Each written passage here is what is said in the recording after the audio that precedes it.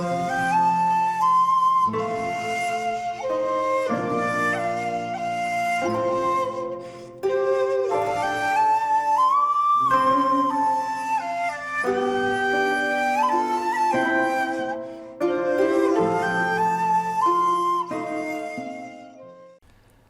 there, this is Solitary Ronan from Solitary Ronan Films, and welcome to another random review. Today's random review is Drugstore Cowboy by Gus Van Sant from 1989, and yes, this is another imprint release. It's not my fault, it's a disease. Just like drug addiction. Gus Van Sant was kind of in the second wave of American independent cinema, the mid to late 80s, before the kind of Sundance boom for indie cinema happened. Van Sant, along with Hal Hartley and Jim Jarmusch and a few others, kind of led that way before the Sundance generation, if you will, kind of started the full-blown indie scene in the early 90s to mid 90s. It kind of took over. This is Van Sant's second feature, even though his first one, I'm not sure whether it get that wide a cinema release. Also in 1991 he would follow this one up with My Own Private Idaho, and this is based on a memoir by an ex-drug addict and criminal. Van Sant co-wrote this and obviously directed it, and it stars Matt Dillon in arguably a career best performance, and Kelly Lynch in arguably a career best performance, along with James LeGros, Heather Graham, who was only 19 at the time. I don't know whether this was their first film, Grace Zabiskie, and William S. Burroughs, who is no stranger to drug addiction and drugs himself. Turns up as an ex-priest addict who gives Matt Dillon some sagely advice and philosophises about drug addiction, and pretty much 25 years later what he says bears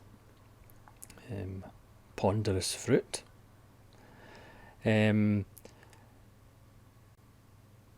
This is a film that kind of turns into a road movie as Matt Dillon and his gang of four, his partner Kelly Lynch and James LeGros and Heather Graham, who are kind of the young upstarts who Dillon and Lynch are kind of teaching them the ropes. They kind of rob pharmacies and drugstores to get prescription drugs. So this film is set in 1971. So this is before crack cocaine and crystal meth, which has ravaged certainly a lot of America and around the world. One of the criticisms I would have is both Heather Graham and Kelly Lynch look amazing, which, being drug addicts, I'm not sure they would look that good, but obviously crystal meth and crack cocaine does ravage bodies a lot more than perhaps prescription drugs at the time in 1971, but their makeup is always immaculate, and I'm not quite sure that's particularly true, but never mind. That's a minor gripe. So we see them doing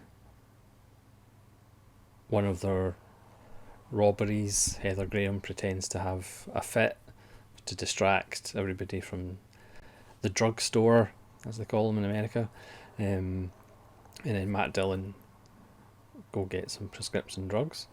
Max Perlich from Homicide: Life in the Street, he is a kind of fledgling drug dealer himself, and he features as well. James Remar, who has made a career of being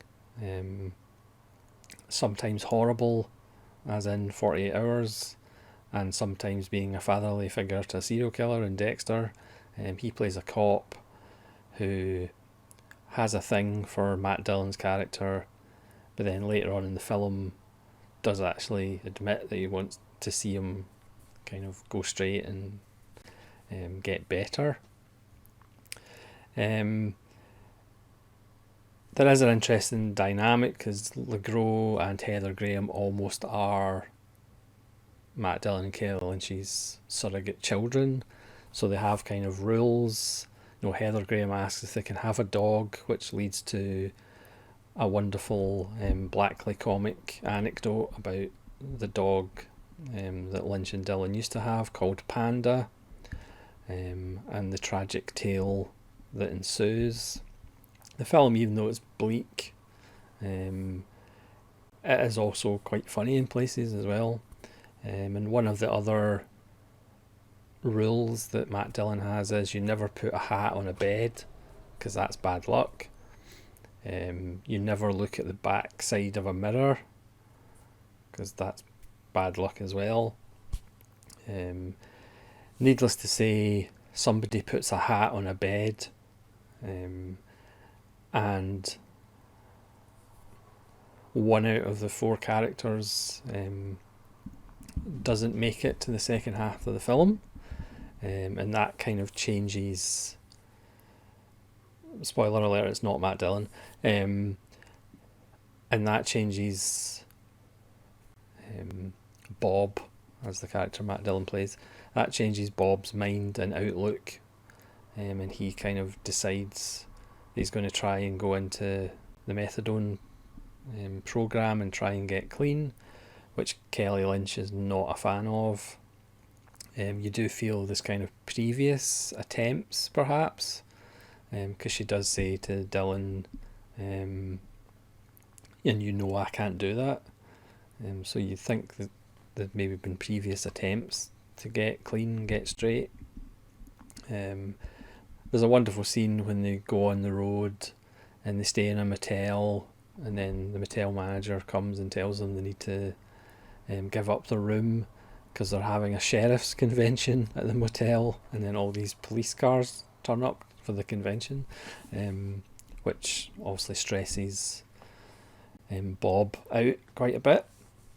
The film has an interesting score by Elliot Golenthal, who would go on to work with Michael Mann and other people. It's kind of an atonal and not Hollywood score. I did find watching it again all these years later, it prefigures Trainspotting a lot, because there's scenes when Bob is high that we get kind of superimposed images on the screen, kind of fantasy sequences, not anything like broad or whatever. Also, we do get images of hats, which is quite amusing, but there is a kind of, this kind of prefigures some films. The bookends were very Carlito's Way.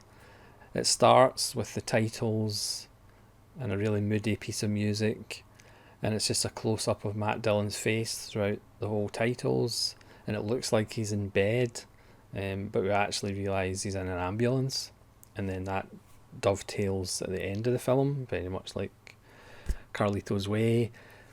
There's a Goodfellas feel about the film as well, which would be a year later, as far as we get Bob's narration, and obviously he's not, as they call in the business, a reliable narrator. And there's also scenes where it's edited quite quickly with the voiceover, with the 50s, 60s music, and it really kind of jarred me into thinking, did Scorsese see Drugstore Cowboy while he was shooting Goodfellas, or before he was shooting Goodfellas? It is a film that, watching it now, 23 years later, is that right? 30? No, I don't even know what year it is. What year is it? Almost 30 years later. Obviously it's set in 1971, but obviously in 1989 it's set in Portland, the Pacific Northwest. That obviously makes you think of Seattle, and Seattle in the mid to late 80s was where the grunge scene was kicking off, as was the heroin use by those grunge musicians. I mean, grunge hadn't quite exploded into the mainstream by 89, but a lot of the grassroots bands were there 87, 88, and obviously the heroin use really exploded in that music scene, and obviously lots of musicians didn't make it out of the 90s, and even in recent years we've had musicians from that Seattle scene not making it past 50. So that's very kind of prescient while you're watching it as well. Yes, it's set in 1971, but it's the Pacific Northwest in 1989, where heroin use just kind of took off. So it's an excellent film. It does kind of prefigure, or at least when I was watching it, I felt it prefigured a few 90s films, but it never really gets talked about that much. It kind of gets overshadowed with My Own Private Idaho. This imprint release, yes, like I said, it's another imprint. I'm not getting them all, honest. This one has a commentary with Van Sant and Matt Dillon. There's a making of documentary from 1999. There's Ahead of the Curve, a visual essay by Chris O'Neill from 2021, who does quite a few visual essays on imprint releases, which are very informative. And we have an interview with Elliot Gullenthal from 2021, and there's an interview which is audio only with Kelly Lynch from 2021 as well, and a theatrical trailer. And Kelly Lynch, who was a model, she was coming off Roadhouse, where she said she got the part pretty much for her looks. She actually talks about in 1981 she was in a car accident that almost killed her. She almost had her legs amputated, and she was in hospital for the best part of a year, and she was on these kind of painkillers, and you know, when the hospital took her off them, they didn't wean her off the painkillers, they just went cold turkey on her. So she talks about how both legs were in casts, and she was like screaming for 3 or 4 days because she was having withdrawal from the painkillers. So she kind of knew, perhaps to some extent, what these junkies were going through. She said they did actually have an ex-junkie on set to give them advice about what it's like to be a junkie, and she was like, it's okay, I kind of know a little bit because I was on painkillers and then was immediately taken off them, and had withdrawal from the same painkillers that the characters are stealing from pharmacies in the film, which was quite interesting.